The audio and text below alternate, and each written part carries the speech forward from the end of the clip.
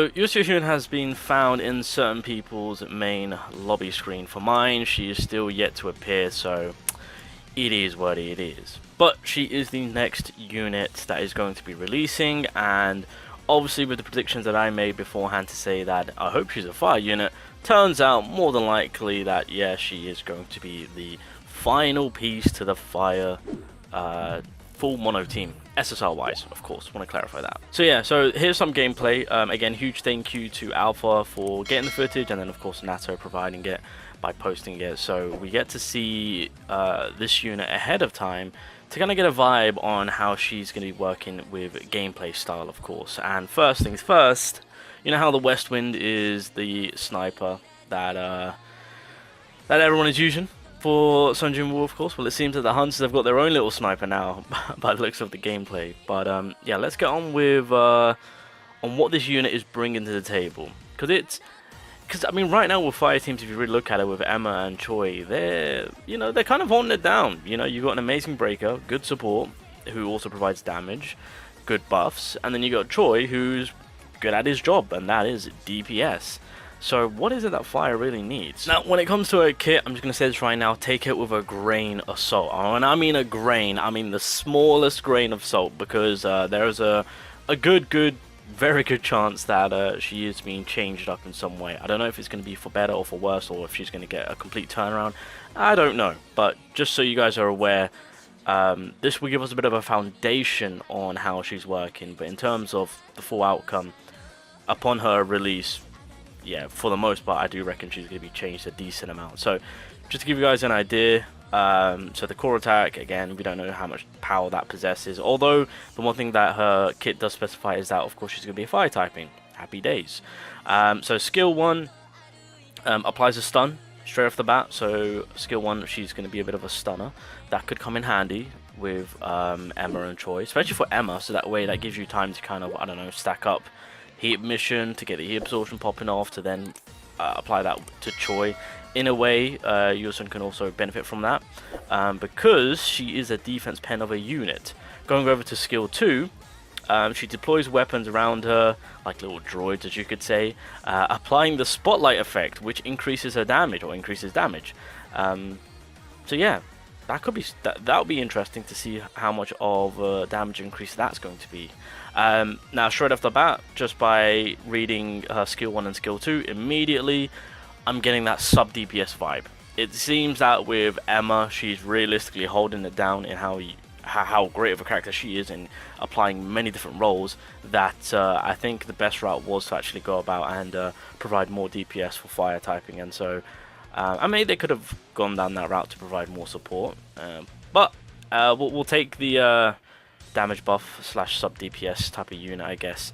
And then when it comes to the QTE skill, of course, when used, creates a magic weapon that deals 10% of the attack power as damage for a certain amount of time. So again, it's given that sub DPS vibe. She could be main DPS, who knows? I mean, if she can outdo Choi, then fair play. You know, we'll have to wait and see in that one.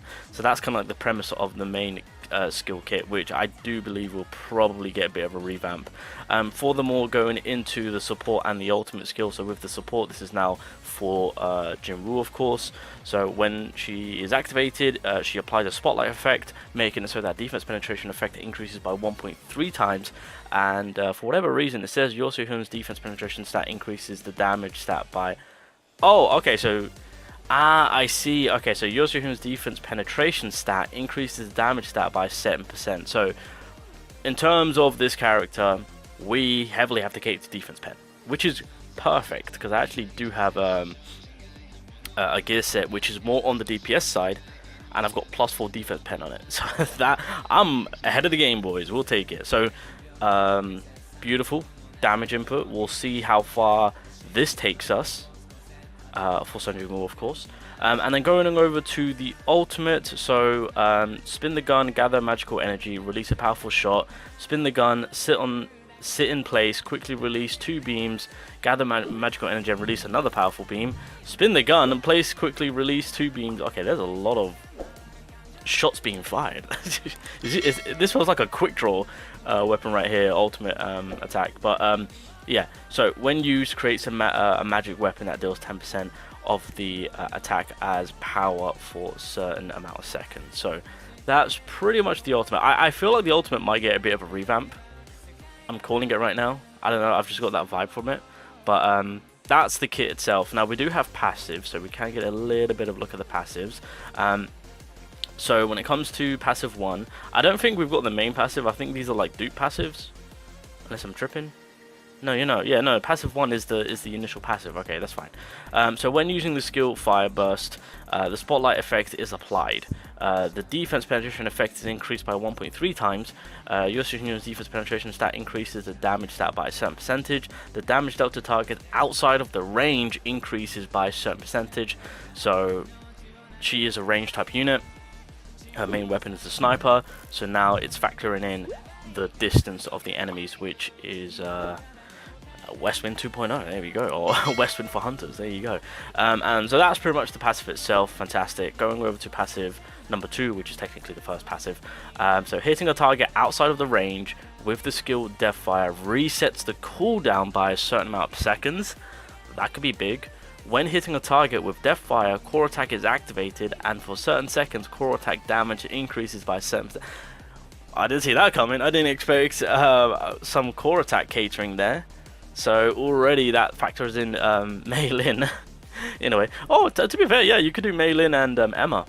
Because obviously Emma is going to be very crucial in terms of pushing more for the attack and defense pen buff that she provides, of course. So if we've got something that is furthermore providing that along with Yosio's kit with the defense pen to then Mei-Lin to provide that increase in core, yeah, that Deathfire into that core attack, including with all the buffs, that could be some big damage, to be honest. Also got to keep in mind with the cooldown if we can hit outside of the range too. I like that. And that's on passive 1 too. Fantastic.